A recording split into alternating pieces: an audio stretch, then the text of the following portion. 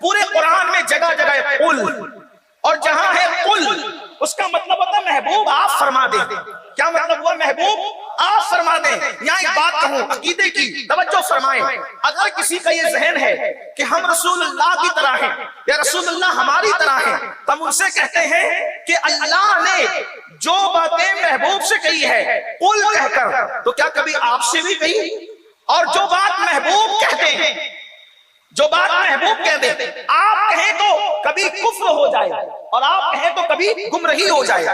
کوئی کہہ دے یا کون کہہ سکتا ہے؟ یہ سب اہل ایمان ہے، سادات ہے، علماء ہے. کوئی کہہ سکتا ہے جو حضور نے کہی. کیا کہی حضور نے؟ اور خود نہیں کہی، اللہ نے فرمایا قل آپ فرما دے. جگہ جگہ قل آپ فرما دے، قل آپ فرما دے، قل آپ فرما دے. کیا فرما دے؟ اللہ کلام تیرا ہے. دیکھو قرآن حضور کا کلام نہیں ہے. قرآن کس کا کلام ہے؟ اللہ کا کلام ہے. اللہ کلام تیرا ہے، تو فرما.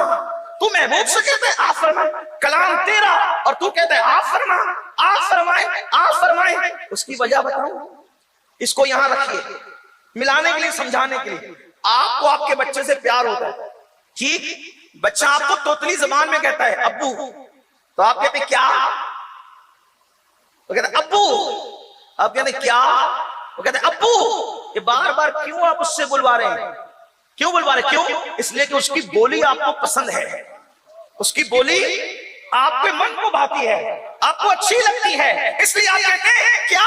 مطلب میں بار بار بولتا رہے، بار بار بولتا رہے، بار بار بولتا رہے، بلا تمثیل، بلا تمثیل، بلا تمثیل. اللہ کی کوئی اولاد نہیں ہے. اللہ نے اپنی پوری کائنات میں اگر سب سے زیادہ کسی کو چاہا ہے، اور بلکہ اگر کسی کو چاہا ہے، اور اگر صرف کسی کو چاہا ہے، تو وہ کوئی اور نہیں ہے، وہ آمنہ کا لال ہے، وہ عبداللہ کا جگر پارا ہے. ہم جس کا کلمہ پڑھتے ہیں وہی محمد الرسول اللہ ہے. اللہ سب سے زیادہ جن کو چاہتا ہے. میں کہتا ہوں کوئی ایک ایسا کام تو بتاؤ جو اللہ نے محبوب کے لیے نہ کیا ہو. کائنات بنائی محبوب کے لیے، زمین بنایا محبوب کے لیے، آسمان بنایا محبوب کے لیے، ستاروں کی انجمن سجائی محبوب کے لیے، زمین بنائی، زمین کا سبزہ بنایا محبوب کے لیے، گرتے ہوئے آبشار محبوب کے لیے، بلکاتی ہوئی ندیاں محبوب کے لیے، سمندر کی طغیانی محبوب کے لیے، شفق کا جمال محبوب کے لیے، افق کی سرخیاں محبوب کے لیے، یہ نورانی چہرے محبوب کے لیے، یہ زبانیں محبوب کے لیے، یہ سب سے جان محبوب کے لیے. بلکہ میرے امام تو یہاں تک کہتے ہیں زمین و زمان تمہارے لیے،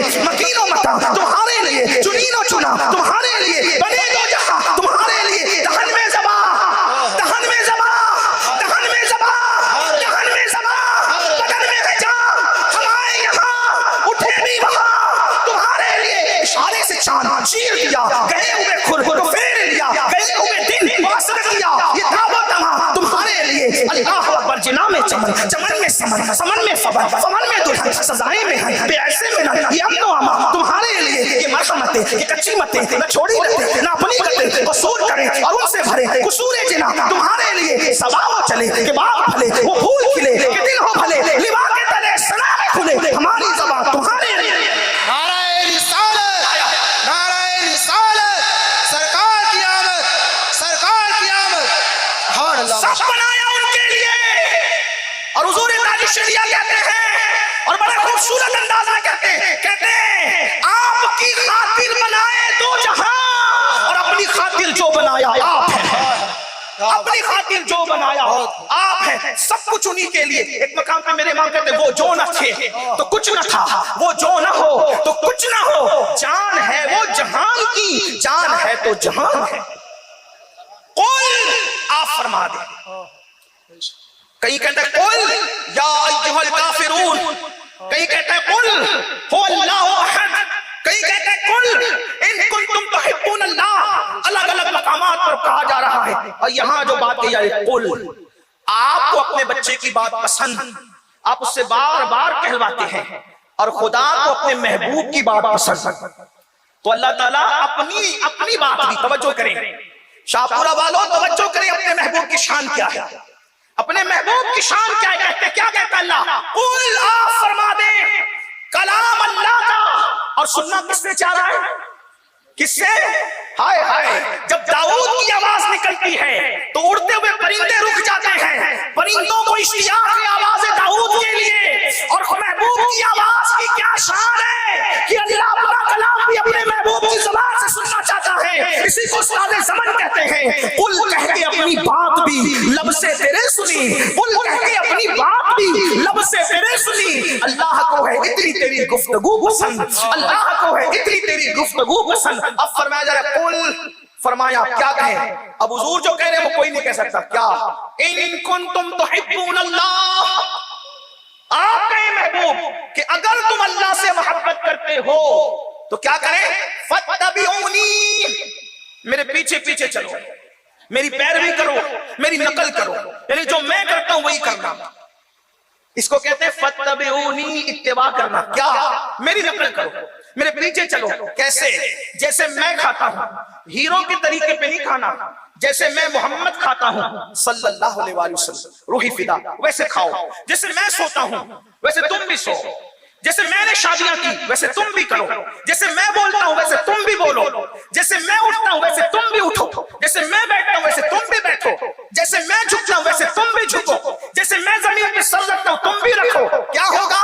تو کہا میرے جھکنے کی طرح جھکو گے، اوروں کی طرح جھکو گے تو جھکنا کہلائے گا، میری طرح جھکو گے تو رکوع بن جائے گا، اوروں کی طرح سر زمین پہ رکھو گے تو ماتھا زمین پہ ٹیکنا اور رگڑنا ہوگا، لیکن میری اتباع میں پیشانی کو زمین پہ رکھو گے تو وہ سجدہ ہو جائے گا، اور اس میں ملے گا کیا؟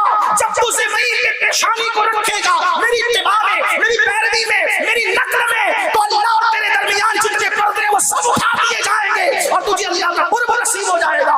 فاتبعونی، ہر معاملے میں اتباع کرو، پھر کیا ملے گا؟ تو اللہ فرماتا ہے محبوب کہے یحببکم اللہ، محبوب کی نقل کرنے پر، اتباع کرنے پر تم بھی محبوب بن جاؤ گے۔ محبوب بننے کا کتنا آسان نسخہ۔